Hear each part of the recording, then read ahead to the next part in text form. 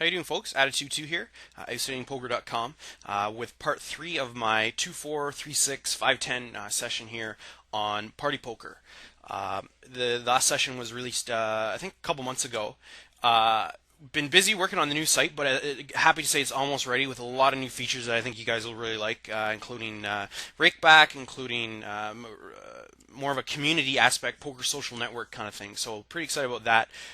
So I'm just going to jump right into this video here, and then pretty excited about getting a ton of new content out as well for the site. So going to jump in right here. I think this is the last hand I ended up with last hand. So as you can see, I'm playing 4 tables of 2-4, 3-6 at this point.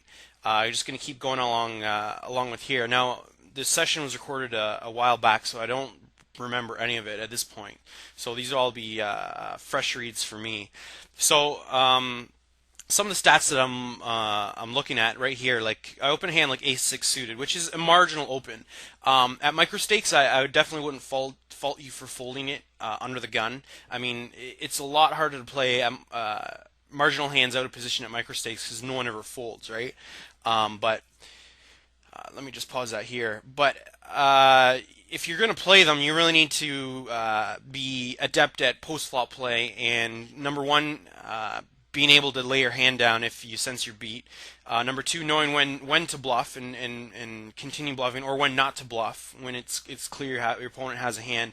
Number three, how to get value, like really extract maximum value if you do hit your hand. So they're very difficult hands to play. A hand like ace-6 suited because, and I would actually recommend folding it at micro stakes under the gun.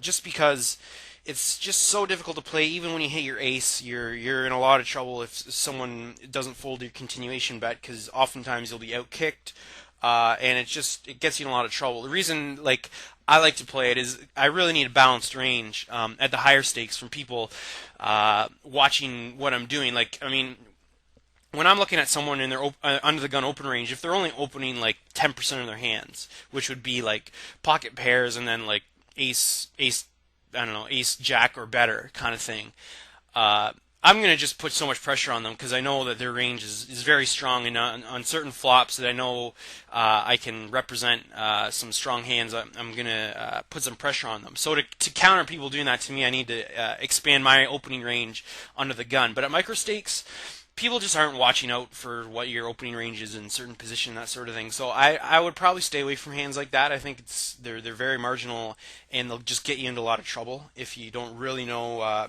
how to play them in the various spots they'll get in. So like I would even say, I was coaching a student last week, and we were talking about opening ranges under the gun, and like we were saying, like even hands as strong as like, I don't know, king jack or like ace 10, I wouldn't fault you for folding under the gun, or even low pocket pairs if you want to, because it's very hard to play because you get callers, and then you'll get guys that never fold, and you won't be able to get a lot of value from them. So it's difficult hand to play. So I definitely wouldn't fault folding there. And then as you'll see, like even at higher stakes, it's difficult, or you lose money a lot, because like what happened here, I got 3-bet and I just had to fold. There's nothing I could do. Now when I get 3-bet by Johan and then Buddy